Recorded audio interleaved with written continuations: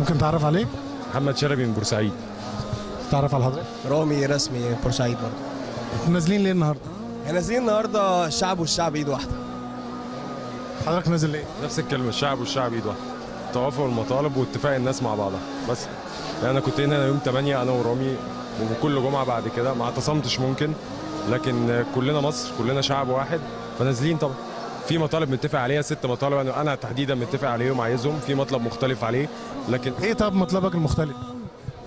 حته بتاعه ان الغاء بيطالبوا ان ما يبقاش فيه تجريم هم عايزين يعملوا قانون يجرموا المظاهرات. انا شايف ان فعلا ممكن يتعمل قانون بس جوه المباني الحكوميه، يعني ما ينفعش انا اقوم موقف الشغل وموقف العمل وقايل وقف يا عم مش هنشتغل. فدي لا، عايزه تتقنن شويه. يعني هو المعصم شرف حطها ان جنرال، فلا لازم تتظبط شويه عشان الشغل وعجله الانتاج تمشي، لكن ستيل المظاهرات مثلا في الميادين تبقى زي ما هي او كده. لكن الحته بتاعت الشغل تحديدا المفروض ما حدش يقرب ليها عشان الدنيا تمشي بس. شكرا. طب حضرتك مختلف مع اي من المطالب اللي مرفوعه النهارده؟ هو انا النهارده اهم حاجه عندي ان احنا كلنا نبقى ايد واحده، مش يعني لا للوقيعه في مصر. ده اللي انا نازل له النهارده وده اللي انا عايزه. انا مستقل، انا مش تبع اي حد يعني، بس ماليش يعني مش معترض مع اي حد، بس يا ريت كلنا نبقى ايد واحده. هو من اهم المطالب بتاعت اليوم بتاع النهارده هي الوفاق الوطني. فاحنا متفقين كلنا فيها. مسلم مسيحي سلفي ليبرالي علماني، اي حزب اي حركه اي حد، المهم ان احنا نفضل ايد واحده عشان الثوره دي تكمل وان شاء الله ربنا هو اللي نجحها، وان شاء الله ربنا هو اللي هيكملها على خير باذن الله. طب رايك ايه في المبادئ الحاكمه على الدستور؟ مبادئ اللي هي المبادئ فوق الدستوريه اللي هي النهارده في يفط كتيره. يفط كتير رفضها. انت رايك؟ يعني هي افتكاسه كده برضه، مش يعني انت مش معاها؟ يعني مش قوي، لا مش لا. طب ليه؟ شايف ان مثلا الشعب يعمل، هو الشعب اولى انه يعمل دستوره بنفسه؟ يعني لما يبقى في مجلس الشعب الاول هو اللي يبتدي يعمل المبادئ الفوق الدستوريه، ده اعتقد ده احسن يعني. طيب حضرتك متفق مع الوجهه؟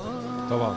اصلا بص، في كل الدول مفيش حاجه اسمها مبادئ فوق دستوريه، في مواد الزاميه في الدستور.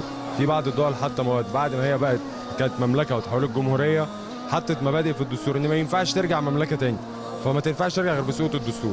لكن مبادئ فوق دستوريه ودي عن ثقه مفيش موجود في دول العالم كلها حاجه زي كده. فدي افتكاسه مصريه يعني افتكاسه كده برضو لازم الام الاجنبي. بالظبط. شكرا ليك. اسمي بدر. انت نازل ليه النهارده؟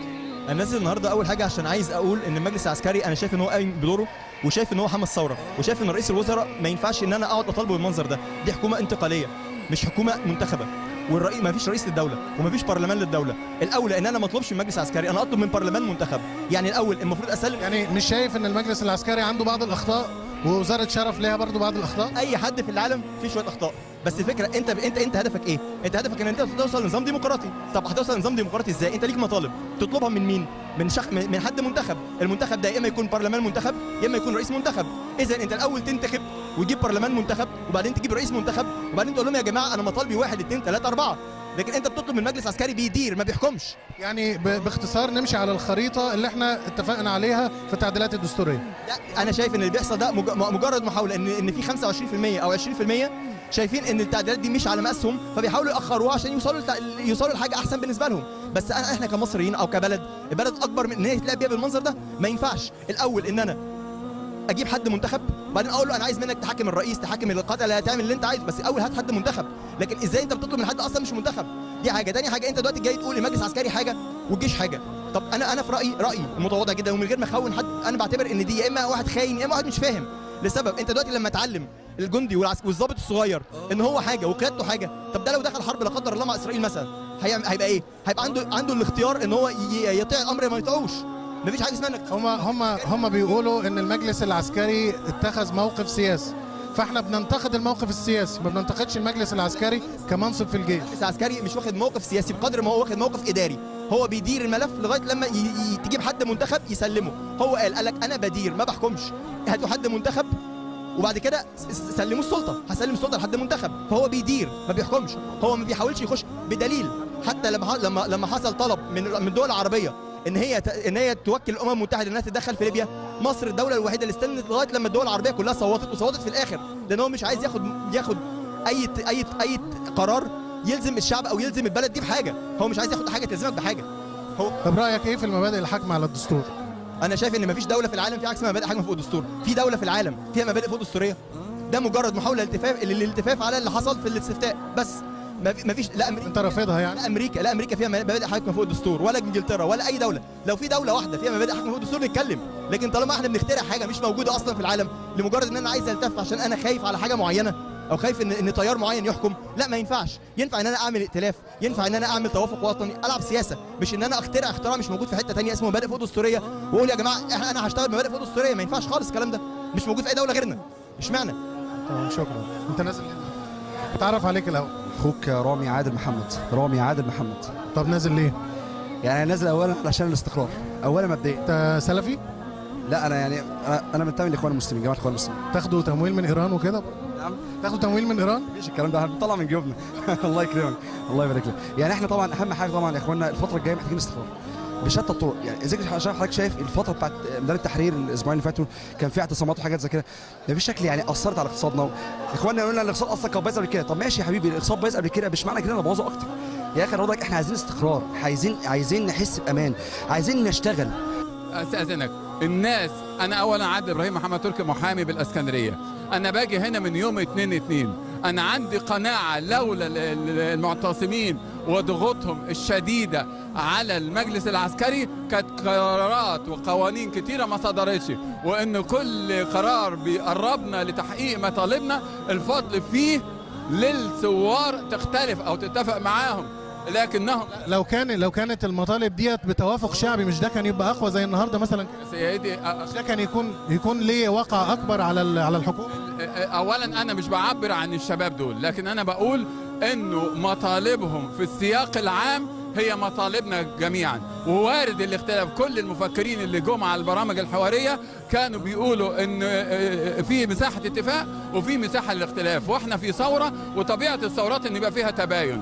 احنا النهارده عقد الراي الواحد والحزب الواحد والفريق الواحد ده انتهى. نحن في ثوره عظيمه نبيله قدمت للبشريه نموذج عالي. ما ينفعش ان احنا نلبس كلنا حذاء واحد مقاس 41، يعني كلنا رجلنا تبقى 41. لا، كلنا في اختلاف، في اتفاق، في قواسم مشتركه. نحن الان بصدد البحث عن القواسم المشتركه. شكرا لك. طب رايك ايه في المبادئ الحاكمه على شوف، اولا ده يدل على ان احنا مش واثقين في نفسينا. انا بقول للناس اللي بيطالبوا بمبادئ حاكمه فوق دستوريه، انتوا كانكم لا تثقون في هذا الشعب، وانتوا بتستبقوا الاحداث. انا بقول ان الشرعيه ان اختلفت مع نتيجه الاستفتاء نعم او لا، وازاي جت نعم وازاي جت لا، والنسب دي تتفق او تختلف، لكن في النهايه بنعلي من قيمه الشرعيه وبنقول ان الاستفتاء ده هو المنظم ضابط للايقاع. وبالتالي احنا في تعديلات دستوريه بتقول ان مجلس الشعب المنتخب انتخاب حر نزيه في ظل تعدديه. هذا المجلس هينتخب من بين اعضائه واخرين هيئه تاسيسيه لكتابه الدستور. صحيح بعض فقهاء القانون الدستوري بيقولوا ان حتى الطريقه دي طريقه معيبه، لانه الدستور المفترض الدستور ده اعلى من السلطه التشريعيه واعلى من السلطه التنفيذيه واعلى من السلطه القضائيه. كان يجب ان الدستور ينتجه او يكتبه هيئه تاسيسيه كاي نموذج ثوري في العالم. لكن احنا الاحداث من السرعه بمكان تجاوزت المسألة دي، فنحن بنقول انه احنا كشعب علينا ان احنا نختار بموضوعية وليس بعاطفية ولا بانتمائية، نختار اعضاء مجلس الشعب اللي هنثق فيهم ان يسطروا دستور، واحنا هنراقبهم برضه. احنا مش خايفين، احنا خلاص ما عدناش خايفين، احنا امتلكنا زمام امرنا وعندنا ثقه في انفسنا. واي واحد هيحاول انه يصيغ دستور ينحاز او يفصله على منظومه حضاريه معينه، احنا بنقول له الدستور ده توافقي بيجمع الشعب كله تعبيرا عن الشعب بكافه مكوناته.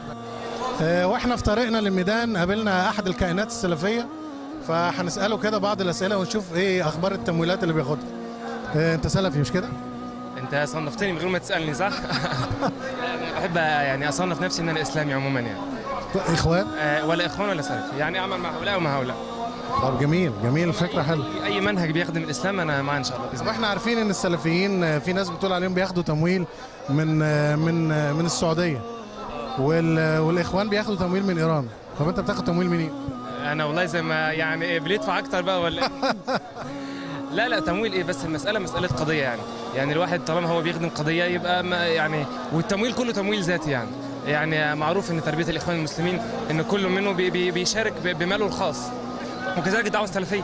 يعني الناس مش محتاجه تاخد تمويل من بره، الحمد لله الناس اهل الخير كتير وكله بيعمل الاسلام، فباب الصدقات مفتوح والتبرعات مفتوح، فمش محتاجين تمويل خارجي ابدا يعني. طب انت ايه اللي نزلك النهارده؟ والله اولا لان في اجماع بين القوى الاسلاميه ان هي تشارك في اليوم دوت، فصعب الواحد يخالف الاجماع. تاني حاجه لرفض مبادئ فوق دستوريه. طب ما انت اسلامي اهو. ما انا اسلامي، انا قلت انا اسلامي، انا ما صنفتش نفسي تبع تيار معين لكن انا اسلامي. فاجماع القوى الاسلاميه. تاني حاجه رفض مبادئ فوق دستوريه، لان هو كانه بيحطني في اطار ضيق وبيقول لي انت حر في الاطار الضيق ده، لكن لا، الشعب هو اللي يختار مين اللي يحطه. تالت حاجه يعني برضو نازل تحت العنوان الكبير العريض، الإرادة الشرعية. الإرادة الشرعية وإثبات الهوية الإسلامية لمصر وتطبيق الشريعة الإسلامية. يعني ده تطبيق الشريعة الإسلامية، ده خط أحمر، هو ده مثبت ومحدش يقدر يتعدى عليه، لكن المطلوب تفعيله في الدستور القادم. هم ما يريدون أنهم يفعلون، هم يحجموا هذا التفعيل، لكن محدش يقدر يلغيه أبدا يعني. تمام. اسم حضرتك إيه؟ اسمي عبد الله فضيل. طيب إيه وجهة إرادتك إيه؟ وجهة نظري الناس ديت بقالنا أكتر من ساعة ما اتولدنا، والناس دي كلها بتتعذب. ماشي؟ اللي هم مين؟ اللي هم المشايخ والمسلمين والاطفال والحريم من امن الدوله والحكومه. هو الراجل ما قالش حاجه غير كده. هو في حاجه حضرتك، الناس دي المشايخ دي اللي مرميه دي في الشمس وعمالين يصرفوا تعبانين، عايزين حق ربنا، حق ربنا. يعني النهارده انا راجل تعبان، انا لو كنت قتلت او سرقت كنت عدمت تاني يوم، صح ولا لا؟ ايوه صح. تاني يوم كنت اتعدمت لو كنت قتلت او سرقت ولا عملت اي حاجه، لان القانون القديم دوت اللي هو شغال حاليا برضه ما اعتبرش قديم، ما كانش بيتطبق اللي على الغلبان بس، اي حد ثاني لا. يعني انت شايف ان في نوع من انواع الانحياز للمجلس العسكري تجاه المحاكمات اللي بتحصل للمسؤولين دلوقتي؟ بالظبط كده. منحازين ليه؟ لا طبعا. مش عايزين يحاكموهم. مش عايزين يحكموا. دلوقتي انا لو مسكت في عسكري انا هيعتقلوني. بالنسبه للظباط اللي هم كانوا في الميدان اللي وقفوا في الثوره، اللي هم ظباط الجيش اللي هم معتقلين دلوقتي، دي الناس دي مسلمين ومصريين وبيحبوا بلدهم وبيحبوا ناس، المفروض تطلع دلوقتي قبل كمان شويه. وهو ده الكلام اللي احنا بنقوله. هو في عدد كبير اصلا من الثوار لغايه دلوقتي لسه محبوسين ومقبوض عليهم واتحاكموا كمان محاكمات عسكريه، ولسه اول امبارح كان في واحد كمان رجله اتكسرت لان حصل تفتيش في الزنزانه وشيء من هذا القبيل. حضرتك معلش يعني عشان خاطر امريكا واسرائيل عايزه مبارك واعوانه، احنا ما ندفعش الثمن. مرحبا بيك، مرحبا بيك في مصر. مرحبا، اهلا. ايه راي حضرتك في الثوره المصريه؟ الابن البكر للثوره التونسيه. وايه اخبار تونس الايام دي؟ اي نعم، اخبار ان شاء الله فيها الخير وفيها تدافع، وهي تعيش حالات تشبه الثوره المصريه. هناك تدافع بين قوى الدافع على المستقبل لتحقيق أهداف الثورة، وهناك قوى ردة تجذب إلى الوراء وتعرقل، ولكن قوى الثورة ستنتصر بإذن الله. حضرتك مستبشر خير يعني بالوضع في تونس وفي مصر؟ أي نعم، مستبشر جدا الحمد لله. شكرا لك. شكرا. أستاذ الدكتور علي محي الدين القرداخي، الأمين العام للاتحاد العالمي للعلماء المسلمين. أهلا بحضرتك. يا مرحبا. جئنا حقيقي إلى هذه الساحة ممثلا للاتحاد العالمي لعلماء المسلمين حتى نؤيد هذه الثورة بعمومها كما أيدناها في السابق، ووقفنا معها من خلال شيخنا القرضاوي ومن خلال تصريحاتنا وبياناتنا ومواقفنا أي مواقف الاتحاد. واليوم ندعم هذا التوافق على أيدي هؤلاء الإخوة الذين يدعون إلى الوحدة الوطنية دون تفرقة، وإلى التوافق وإلى الالتزام بالهوية الأساسية لهذا الشعب وهو الهوية الإسلامية، علما بأن الهوية الإسلامية لا تعني لا سمح الله إهمال الآخر، بل هي هوية الرحمة للعالمين جميعا. فكيف الإخوان المواطنين الذين لهم كامل الحقوق بالكامل في ظل الشريعة الإسلامية، كما أن التاريخ يشهد على ذلك. شكرا لك. شكرا لحضرتك. احنا نازلين عشان رافضين المبادئ الدستورية، المبادئ الدستورية اللي الحكامة على الدستور. طب ليه رافضها؟ حاجة احنا نازلين من أجلها النهارده. رافضها ليه طيب؟ لان هي يعني هي معموله لان هي عاوزين يفرغوا بيها الوظيفه بتاعت اللجنه التاسيسيه بتاعت مجلس الشعب اللي هي اللي هتعمل الدستور. فهو ده السبب. يعني انت مع هم هيعملوها ومش هياخدوا استفتاء فيها، مفيش استفتاء عليها، يعني مفيش استفتاء. هما بيقولوا ممكن يعملوا استفتاء، لو الشعب عايز استفتاء عليها ممكن يعملوا استفتاء. خلاص مفيش مشكله. لو اتعمل عليها استفتاء انت راضي بيها؟ طبعا ما هياخدوا راينا، انما ان هي تفرض على الناس كده لا طبعا.